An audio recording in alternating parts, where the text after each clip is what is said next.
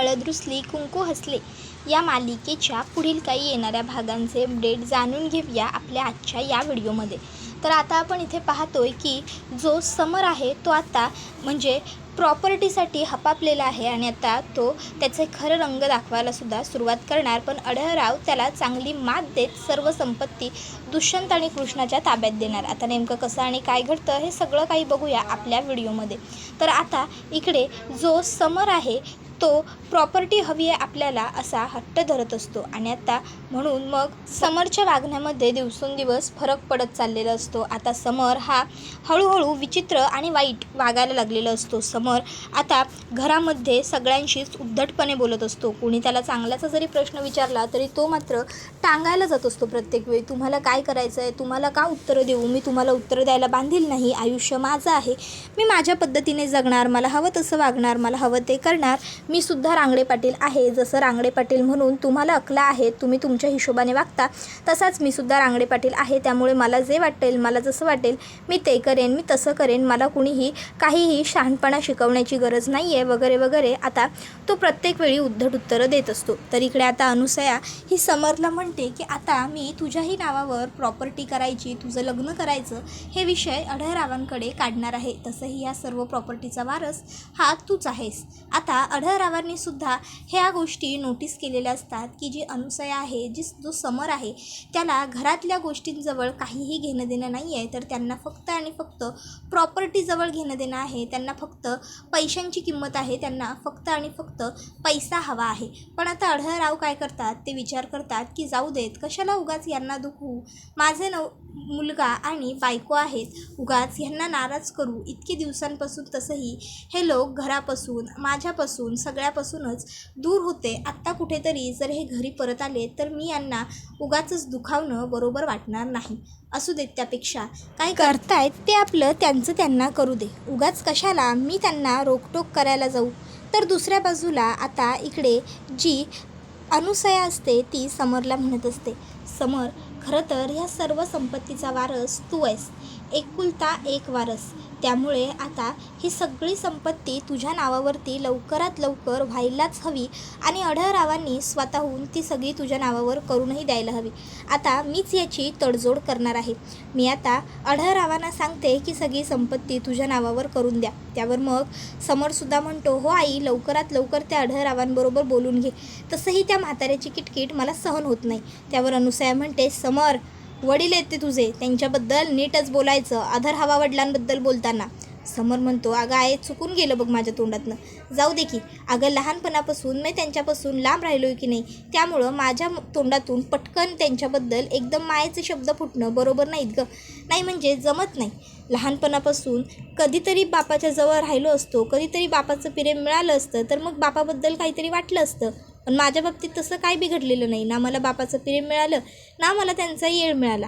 आता अचानक 25व्या वर्षी बाप समोर आलाय म्हणल्यावर एकाएकी कसं गं माझं त्यांच्यावरती प्रेम जडल, जाऊ दे, काय तो विषय सोड की, माझं चुकलं, मी मान्य करायलो की नाही, हां मी आबांबद्दल असं नगं बोलायला हवं होतं, पण आता बाबरोबर तू विषय काढ ना, हां सांगतेस नाही का संपत्ती करा, माझं लगीन एखाद्या चांगल्या शिकलेल्या सुशिक्षित पोरीबरोबर करा, नाही म्हणजे आता मी तर शिकलेलो नाही, पण पोरगी तर शिकलेली असावी घरात येणारी, काय गं। त्याबरोबर आता इकडे त्या दोघांचं हे सगळं बोलणं कृष्णाने ऐकलेलं असतं आणि मग आता त्या दोघांच्या बोलण्यावरून तिला हे तर पक्क कळालेलं असतं की अढळरावांबरोबर किंवा या घराबरोबर अनुसया आणि समर दोघांनासुद्धा काहीही घेणं देणं नाही आहे, त्यांना फक्त रांगडे पाटलांच्या संपत्तीत इंटरेस्ट आहे आणि त्यांना फक्त रांगडे पाटलांची प्रॉपर्टी हवी आहे। मग आता कृष्ण विचार करते की जर हे असं असेल तर हे सगळं मला आबांच्या कानावरती लवकरात लवकर घालायलाच हवं, कारण हे सगळं काही बरोबर नाही आहे। मग आता कृष्णा ही थेट अढळरावांकडे येते आणि आता ती म्हणत असते, आबा मला तुमच्याशी थोडं बोलायचं आहे, नाही म्हणजे कदाचित म्या बोललेलं तुम्हासनी आवडल नाही आवडल मला ठावं नाही, पण ह्या घरची सून म्हणून तुमच्या कानावर ह्या गोष्टी घालणं माझं कर्तव्य आहे असं मला वाटायलं। आबा म्हणतात, अगं कृष्णे बोल की, तू माझी सून नाहीस तर लेक आहेस, त्यामुळं तुला ह्या घरात घडणाऱ्या गोष्टींमध्ये बोलण्याचा पुरेपूर हक्क आहे, बोल। त्यावर मग कृष्णा म्हणत असते, आबा म्या ओझरतं बोलणं ऐकलं समरचं आणि थोरल्या सासूबाईंचं, थोरल्या सासूबाई आज तुमच्यामुळं समरच्या नावे संपत्ती करण्यासाठी शब्द घालणार आहेत आणि लगीन बी करायचं आहे असं म्हणणार आहेत, नाही म्हणजे खरं तर हे समद लई चांगलं आहे, पण तुम्हासनी ठाव आहे की समर पूजाच्या नादी लागला आहे. आणि जर समरच्या नावावरती संपत्ती केली आपण तर अर्थात पूजा काही त्याचा पाठलाग सोडायची नाही आणि पूजा त्याच्याबरोबर लगीन करण्याचा हट्ट बी धरणार. आणि समर हा तिच्या पिरमात सध्या किती बुडाला आहे हे आपल्याला ठाव आहेच. जर समरचं आणि पूजाचं लगीन झालं तर सगळ्याची बर्बादी होईल. आता काय करायचं ह्यो निर्णय तुमचा आहे आबा. म्या फक्त तुम्हासनी पूर्वकल्पना देऊन ठेवली. त्यानंतर मग आता अनुसया ही आढळरावांकडे आलेली असते आणि ती म्हणत असते, थोरले सरकार, नाही म्हणजे तुम्ही अन्याय करायला आहे असं नाही वाटत आहे का तुम्हाला? आढळराव म्हणतात, अन्याय?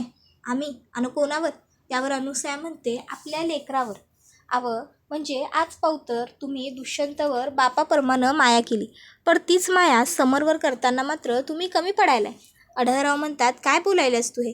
त्यावर अनुसया म्हणते, काय चुकीचं बोलायलो आहे म्या? बरोबरच आहे की. समद काही दुष्यंतला मिळतंय. आता दुष्यंत शिकलेला आहे, सवरलेला आहे, म्हणून त्याचं लगीन झालं, त्याला एवढी चांगली कृष्णासारखी बायको मिळाली. आता त्याच्या हातात सगळा कारोबार आहे आपल्या कंपनीचा, फॅक्टरीचा आणि कारखान्याचा बी.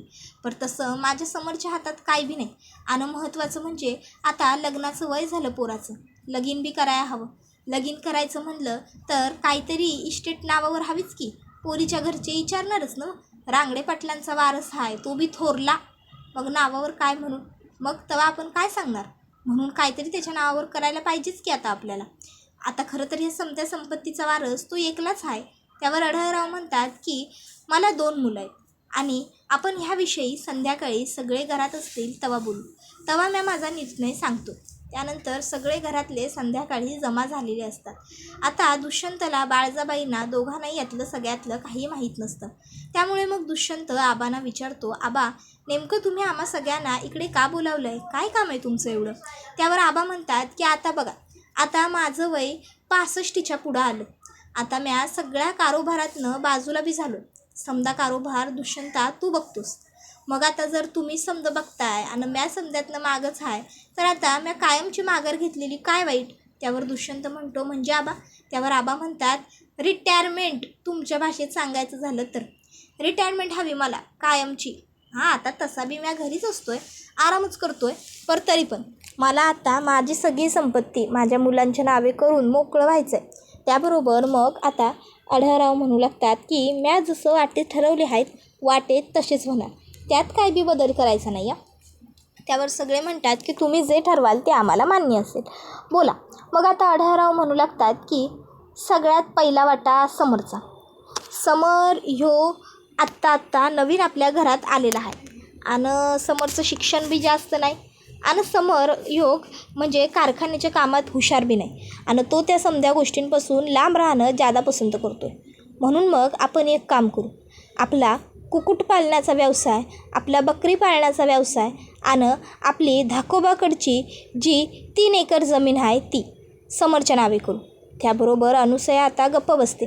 त्यानंतर आढळराव म्हणतात, आपल्या कृष्णाला शेतीभातीची लई हौस आहे. कृष्णा आपली हाडाची शेतकरी आहे, त्यामुळं आपली माळरानाकडची जी 17 एकर जमीन आहे ती आपण कृष्णाच्या नावावर करू आणि त्या व्यतिरिक्त कृष्णाच्या नावावर आपली दूध डेअरी बी करू, कारण कृष्णाला प्राण्यांची हौस आहे म्हणून. आणि त्यानंतर राहिला प्रश्न दुष्यंताचा, तर आपला साखर कारखाना आणि आपली फॅक्टरी ह्या 2 गोष्टी आपण दुष्यंताच्या नावे करू. म्हणजे समरच्या नावावर 15% प्रॉपर्टी, दुष्यंतच्या नावावर 35% प्रॉपर्टी आणि उरलेली समधी प्रॉपर्टी कृष्णाच्या नावे. आता हे ऐकून मग मात्र समरला चांगलाच राग आलेला असतो. समर म्हणतो, दाखवलीत ना जात? हां, शेवटी सगळं काही ह्या दुष्यंत आणि कृष्णाच्या हातात दिलं चांगलं आणि माझ्या हातात काय दिलं? माझ्या हातात दिला भिकेचा कटोरा.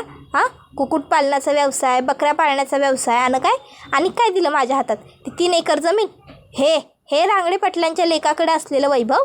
त्याबरोबर आढळराव म्हणत असतात, हे बघ समर, म्या काय बी चुकीचं केलेलं नाही. ज्याची जी कुवत आहे आणि ज्याची जी ऐपत आहे त्याप्रमाणे म्या वाटे केलेले आहेत. आणि राहिला प्रश्न कृष्णाला जादा संपत्ती देण्याचा, तर म्या शेतकरीच आहे, मग माझ्याकडं शेतजमीनच जास्त असणार ना. तुला जर ती जमीन दिली तर ती नुसती पडून राहील.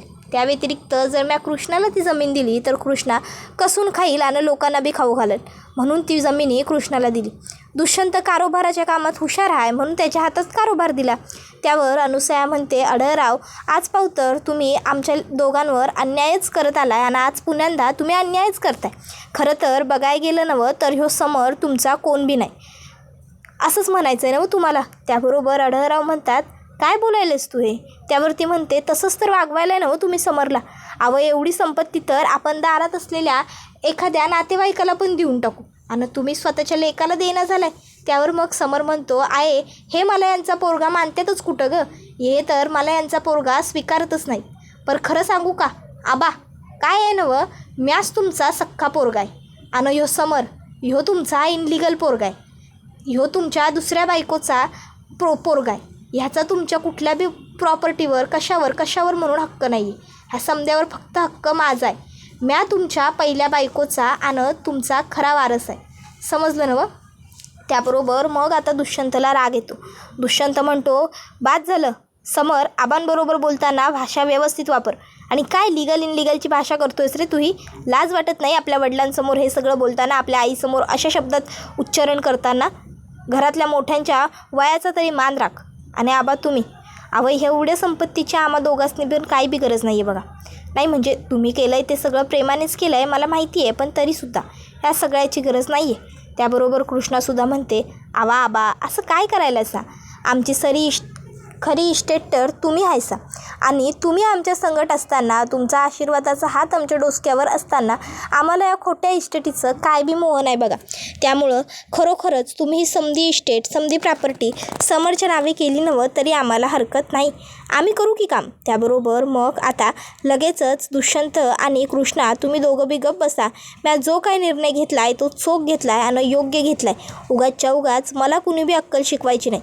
मी मगाच्याला सांगितलं होतं की मी जो काही निर्णय घेतला आहे तो निर्णय समद्यांनी मान्य करायचा आणि त्यामध्ये काय बी बदल होणार नाही. ज्याला संपत्ती पाहिजे त्यांनी गुपगुमान घ्यायची आणि ज्याला नगं त्यांनी कागदपत्र हितच ठेवून चालतं व्हायचं, मला काय बी फरक पडणार नाही असं ते म्हणतात. आता मात्र अनुसया आणि समरला खूप राग येतो. त्यांचा चांगला तळतळाट होत असतो आणि ते दोघं अढळरावांबरोबर वादही घालत असतात. कृष्णा आणि दुष्यंत मात्र गप्प असतात आणि हा व्हिडिओ इथेच संपतो.